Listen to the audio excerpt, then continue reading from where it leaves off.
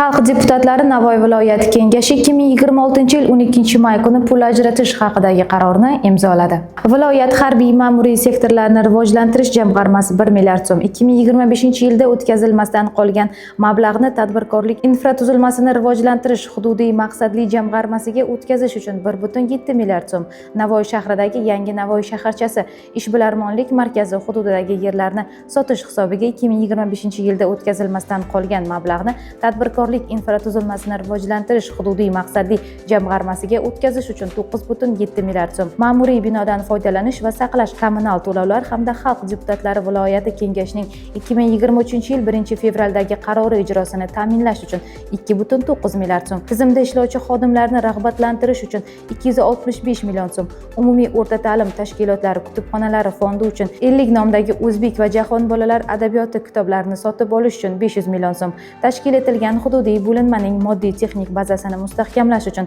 155 million so'm, hududiy futbol assotsiatsiyasi faoliyatini qo'llab-quvvatlash uchun 224 million so'm, kurash federatsiyasi faoliyatini qo'llab-quvvatlash uchun 426 million so'm, viloyatda ma'naviyat ma'rifat sohasini rivojlantirish va qo'llab-quvvatlash uchun 300 million so'm, 2026-yilda viloyatdagi ko'p kvartirali uylarni ta'mirlash uchun 1 milliard so'm, xalq deputatlari viloyat kengashining 2023-yil 1-fevraldagi qarori ijrosini ta'minlash uchun 47 million so'm, favqulodda vaziyatlarda va shunga o'xshash kechiktirib bo'lmaydigan choralar ko'rilishda talab etiladigan va boshqa xarajatlar uchun 8,6 milliard so'm.